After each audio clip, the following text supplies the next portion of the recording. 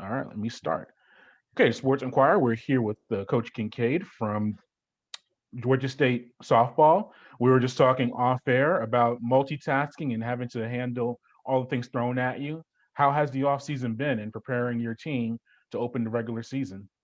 Well, I will tell you what our mantra has been. I say this to the kids almost every single day when they show up. Here's the plan until it's not the plan anymore.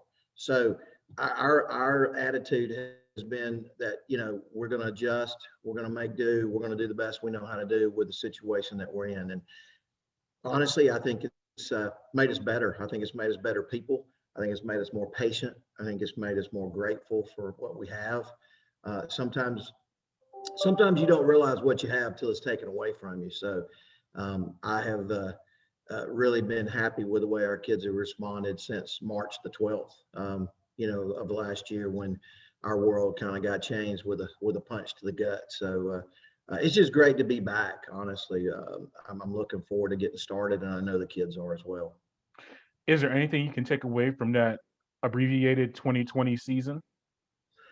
Yeah, I mean, I think we ended on a note. We were in Auburn, Alabama, and we lost to Auburn 2-1. We were winning for most of the game, 1-0, and had a really good pitching performance and played some good defense. And it was one of those deals when you walk off the field. I'm never one of those moral victory kind of coaches, but our kids felt really good where we were at in that time and space, and because we had been struggling a little bit, we knew we had a chance to have a good team, and we just hadn't put it all together. And I think they were really excited to go on the road the next weekend and begin our second weekend of conference play, and I felt like we were in a really good spot. And then the world changed. So, but yeah, I think our kids learned a lot from that. I think they learned a lot from having something taken away from them for the first time. And most of these kids have been playing ball since they're 5 years old. So, I saw a graphic that our sports information department posted last night that said game day tomorrow, first game in 330 days. Mm-hmm. So if that doesn't put it in perspective for you, nothing will. So it's been not an experience that I would recommend anybody go through, but I think we're better for it. One of those kind of deals. And what about the fall? Were you able to play other teams or scrimmage against anybody just to get used to playing or anything? No, we were not. We had no outside competition. That was a decision that our university and our administration made, and I fully supported it because we were all on board on trying to get the fall sports up and going, because we knew if we could play fall sports, then we would have a chance to play in the spring. So, we love football. We love what football does for us, and we were able to play a 10-game schedule in football, which I thought was incredible. And it kind of paved the way for us to say, okay, here's what you need to do to play. And they made all the mistakes and showed us what not to do, and made celebrations and showed us what to do. So now I was all on board. It was tough on the kids not having any outside competition. But we got creative. I did some crazy stuff. We would scrimmage and I would put them in uniforms and not practice jerseys, and turn the scoreboard on, play music, get somebody up in the PA, saying stuff, and I just tried to do some stuff that Marcel is kind of unusual for us, just to try to make it different for the kids, make it a little more exciting and a little more interesting, instead of, the mundane day-to-day, oh my gosh, we're only going to scrimmage against each other, situation. Sure. And let's go on to the field. We'll start with the pitching staff. I see that you have several players returning, Sophie, Mooney, and Savannah, Freeman. What about the staff, and what are you expecting from them this year? Well, we are expecting them to be a staff first and foremost. We've got 6 pitchers available to us, and we're going to use all 6 of them. At some point in time, their roles will be defined as we go through the season, but we don't necessarily peg people number 1, number 2, number 3. We give them the ball, expect them to get the job done. And my deal as a coach has always been go out and pitch 1 inning, give us the best you can get. If you're successful and you're feeling great, 2 innings, and then all of a sudden you'll look up and you've thrown 5 innings. but I try to have the mindset of one inning at a time. I don't want them to go into the first inning thinking they got to pitch 7, because I don't think they can be successful that way. I think you have to attack it one inning at a time. So, but we're looking for big things out of our pitchers. I think that they have the opportunity to put up some good numbers this year. I think they have the opportunity to miss some bats and have soft contact, which is what we try to do. Put the ball in play necessarily. We don't have that lockdown strikeout type pitcher, so we're more of a pitch to contact type. Play good defense and make the plays behind them. But Mooney, every now and again, she'll have a really, really good game where she is striking people out. So that's great. She has that in her. Savannah the same way. And the rest of them are a little more unproven, but I feel good about them. They've done well in the scrimmages, and we've done some good things. And I think they're really, really excited about seeing someone else other than their teammates, because, after a while, your teammates kind of figure out your pattern. So I think it'll be interesting to see how they do. But I'm proud of the work they put in, and I'm excited to see what results we're going to get. Yeah, and how important is that pitching depth with your schedule? Even starting this weekend, you have 5 games in 3 days as we're speaking right now. How reliant will depth be, especially with the pitching staff, than maybe previous years with the maybe less condensed schedule? Yeah, it's one of those deals where it is important. And we are used to playing conference series where you play one game Friday, one game Saturday, one game Sunday. The majority of our conference series are going to be doubleheader on Saturday, single game on Sunday. So that stresses your staff out a little bit. And what we try to get through the mindset of is, I need a quality start, because if you don't get a quality start from one of your pitchers, then you got to bring in somebody earlier than what you anticipated, and that stresses out the rest of the staff, because now they're pitching more innings than what you want them to pitch. So we're going to be real conscious of that early in the season, not to overpitch somebody, making sure that we're spreading the innings out. And also, honestly, Marcel, we need to see what they can do. So we need to give them the ball in those situations where, it's one of those deals where, hey, here's your opportunity. Let's go get it. Measure yourself against the competition that we're playing, and let's see what we need to work on. Yeah, now stats will be throwing to 3 catchers that got playing time last year.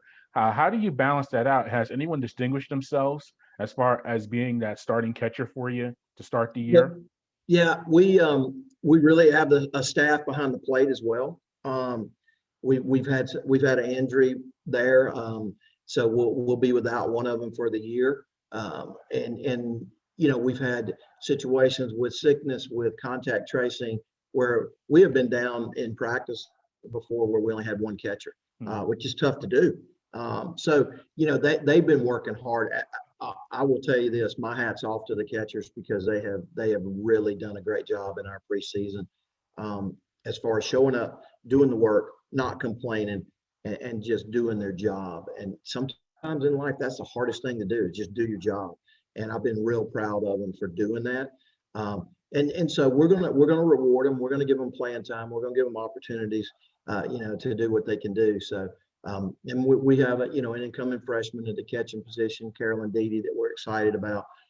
So she's going to give us depth there as well. So we've got some kids that I feel good about. They're going to lock down that position, and they're going to also have to help us a little bit at first base as well. And you mentioned, okay, speaking of first base, what about the rest of the infield? I see Daisy Hess, Olivia Davis, that led in statistics like total bases and stolen bases as well. I think Bailee Richardson got some playing time as well. What about the infield and how that rotation is going to look? Well, we've got right now we got Bailee Richardson at third. We got Daisy Hess at short. We've got Bailey Sexton and Gracie Cottrell and Paige Taylor at second base. And Mooney's going to play first when she's not pitching, and then one of the catchers will probably play when she is pitching.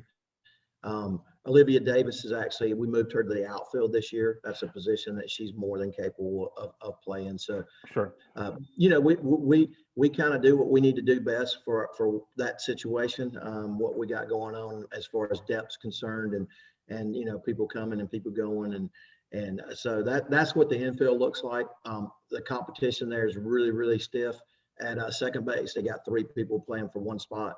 But I will tell you, in my opinion, in the 13 years that I've been at Georgia State, this is probably the best defensive infield that we've had from bag to bag. We make plays in practice that I just hope and pray that we make in a game, because it's amazing. I hope everybody gets to see them play the way they've been playing in practice, because it's been a joy to watch the defense, how they've been playing. Yeah, what about the outfield? You mentioned Olivia Davis. She's going to be in the outfield. Looks like Sydney as well will be a big outfielder for you. What about that rotation? Yeah, as well? we've got Sydney Stavro. We got Emily Brown, Skylar Moselle. We have Olivia Davis. We have Gabby Benson. We also have an incoming freshman, Alyssa Giles. So we have 6 kids. We're too deep at every position in the outfield. And I will tell you this, as we've gone through fall practice, I think they've all done some really nice things. So they all deserve a chance to play. We're going to give them that opportunity. I think when it all shakes out, we'll have a very, very good defensive outfield with a lot of speed, which translates also to the offensive side, which means when they get on base, hopefully they'll be able to steal bases, go station to station +1, because we always try to go +1, and just make some good plays in the outfield. And the thing that they've done a really nice job this fall is leaving their feet on defense. They've been diving, going for balls that, in the past we might have to say, hey guys, y'all want to lay out for that in practice to see if you can get it in the game. We're not saying that anymore. And that, to me, that's a sign of maturity. That's a sign of kids understanding the process of what we're trying to do.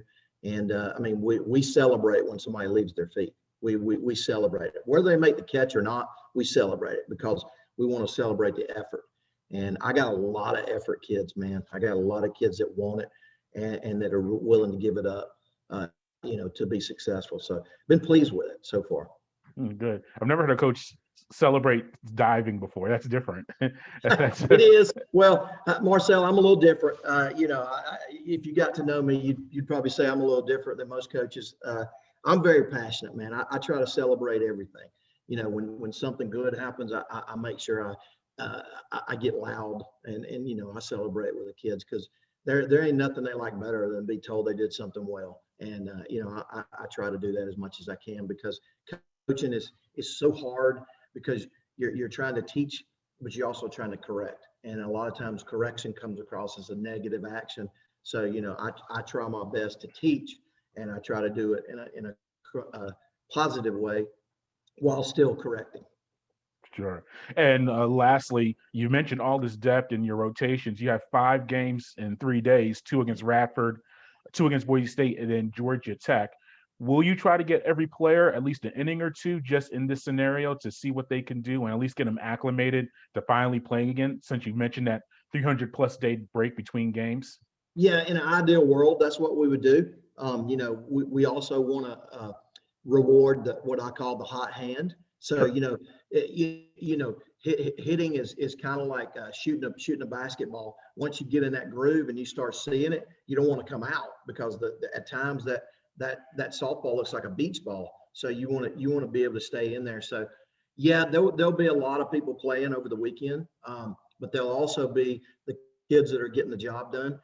You want to reward them for getting the job done. So hopefully, we'll get hot and the lineup will be easy to make. But that's the nature of what we do, man. I mean, we got to balance that. Hey, giving them the opportunity with getting better and also winning games. So, the ultimate goal, we're playing 5 games this weekend. The ultimate goal would be go 5-0, win those games, get off to a great start, and, get a lot of people, a lot of playing time, so everybody feels good about getting back on the field.